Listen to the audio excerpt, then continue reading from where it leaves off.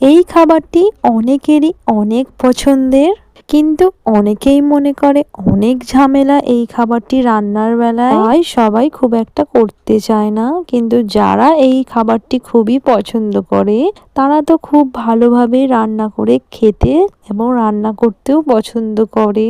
তাই আমি নিয়ে চলে এসেছি চিকেন টেংরি রেসিপি।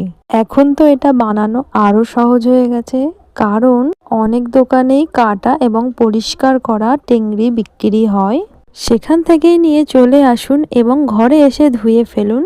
পরে একটা পাত্রে তেল গরম করে আগে থেকে কেটে রাখা পেঁয়াজ ব্রাউন কালার হয়ে আসলেই আদা রসুনের পেস্টটাও দিয়ে দিন 2 টেবিল স্পুন।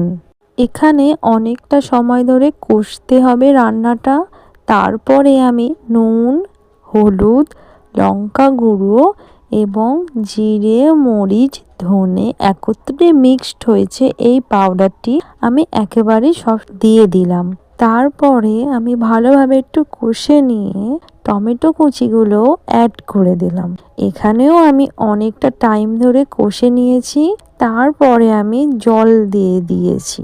জলটা যখনই শুকনো হয়ে আসবে ভেবে নেবেন যে আপনার রান্নাটা রেডি হয়ে গেছে। আর অনেকটা তেল ছাড়বে, আপনারা একটু কম তেলই প্রথমের দিকে ব্যবহার করবেন। দেখুন তো আমার রান্নাটা অনেক সুন্দর দেখাচ্ছে কিনা, অনেক টেস্টি হয়েছে কিনা। আর লাইক করতে একদমই ভুলবেন না, আর সাবস্ক্রাইব করতেও ভুলবেন না। থ্যাংক ইউ আমার ভিডিও দেখার জন্য।